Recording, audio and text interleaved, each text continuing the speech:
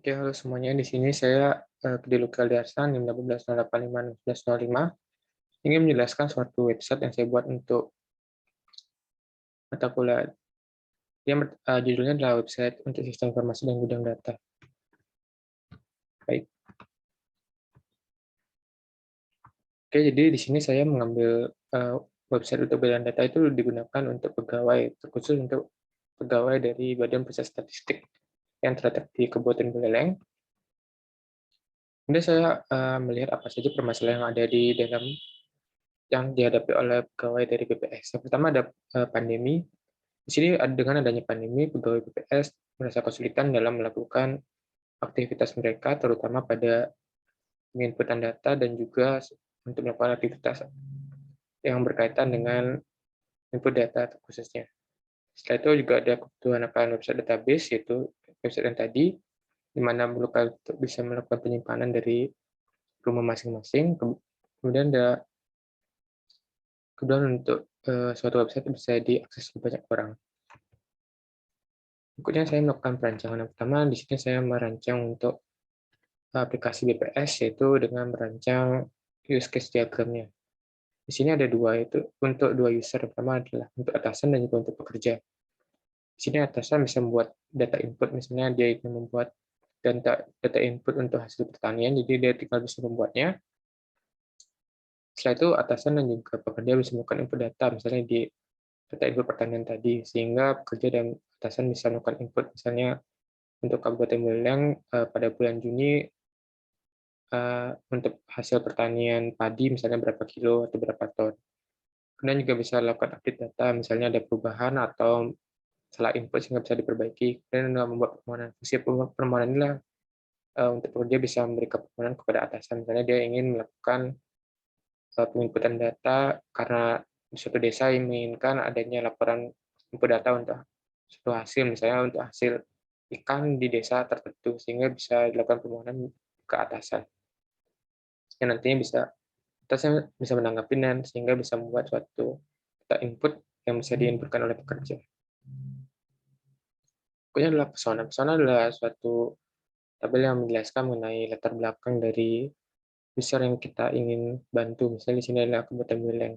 Latar belakang sendiri bisa kita lihat, itu ingin melakukan pengolahan data dan statistik. Kemudian ada BPS adalah suatu badan yang bergerak untuk pengolahan data dan statistik. Kemudian ada juga tantangannya, BPS ingin melakukan suatu pekerjaan input dari rumah dengan berbagai jenis user.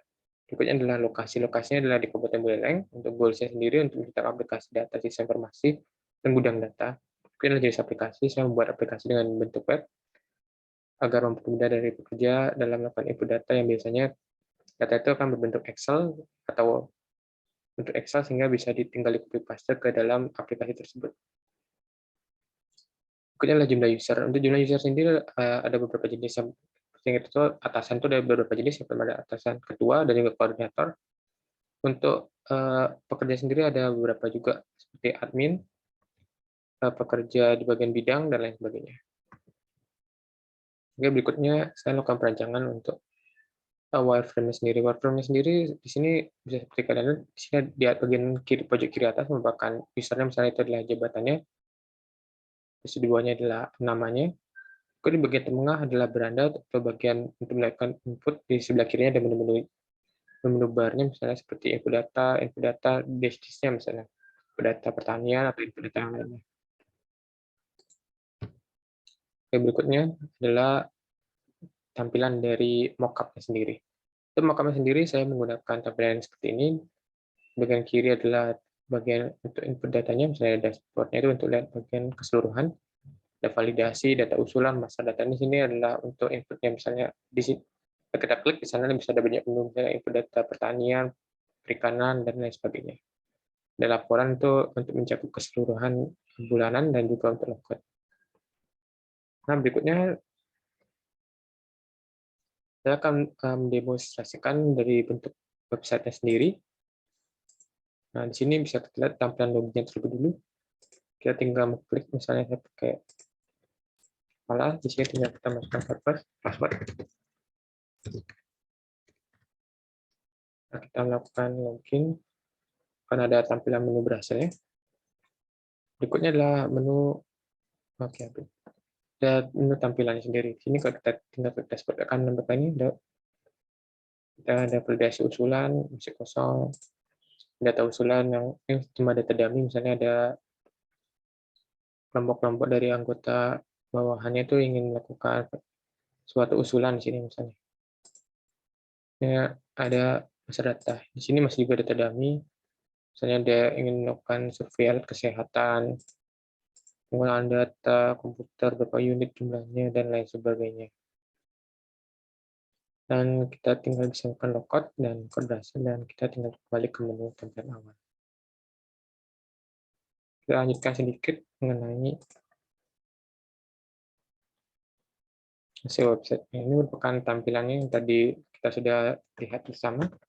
Ini merupakan tampilan prototype sekaligus juga tampilan secara menyeluruh dari aplikasi BPS,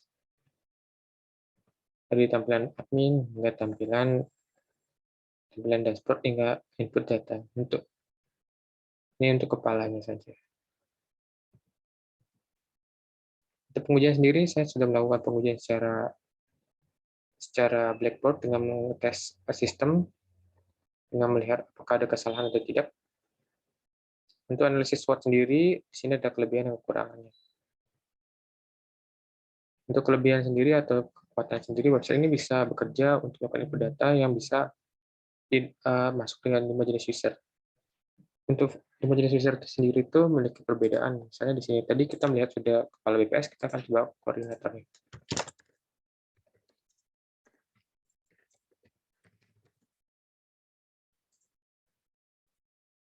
Passwordnya berbeda dengan yang lain. Di sini cloud, kita lihat dari tampilan dari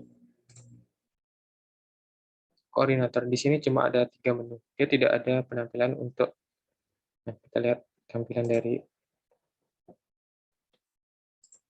kita lihat di tampilan kepala, dia ada beberapa menu, validasi, data usulan, dan segini, dan lain sebagainya. Sedangkan kalau misalnya kita lihat di koordinator, dia tidak akan menampilkan data usulannya. Bagian bawah sini maksudnya, untuk melihat laporan maksud saya. Dia tidak bisa melihat laporan, karena dia cuma koordinator. Sedangkan untuk kepala, dia bisa melihat laporan dari hasil keuangannya, dan segala macamnya. Itu merupakan sedikit perbedaan dari base user-nya. Untuk user sendiri ada kurang lebih dari 5. Untuk berikutnya adalah kelemahannya. Website ini masih perlu hosting, sehingga bila dikembangkan, perlu adanya server yang agar bisa diakses oleh banyak orang. Untuk opportunity-nya sendiri, aplikasi ini mampu untuk bekerja secara baik, karena belum ada aplikasi serupa yang digunakan di BPS. Untuk kelemahan sendiri, karena belum adanya server, kemungkinan dari aplikasi luar atau aplikasi dari perusahaan-perusahaan lebih besar bisa saja mengimplementasikannya dan juga langsung berhasil. Mungkin sekian dari presentasi saya. Sekian, terima kasih.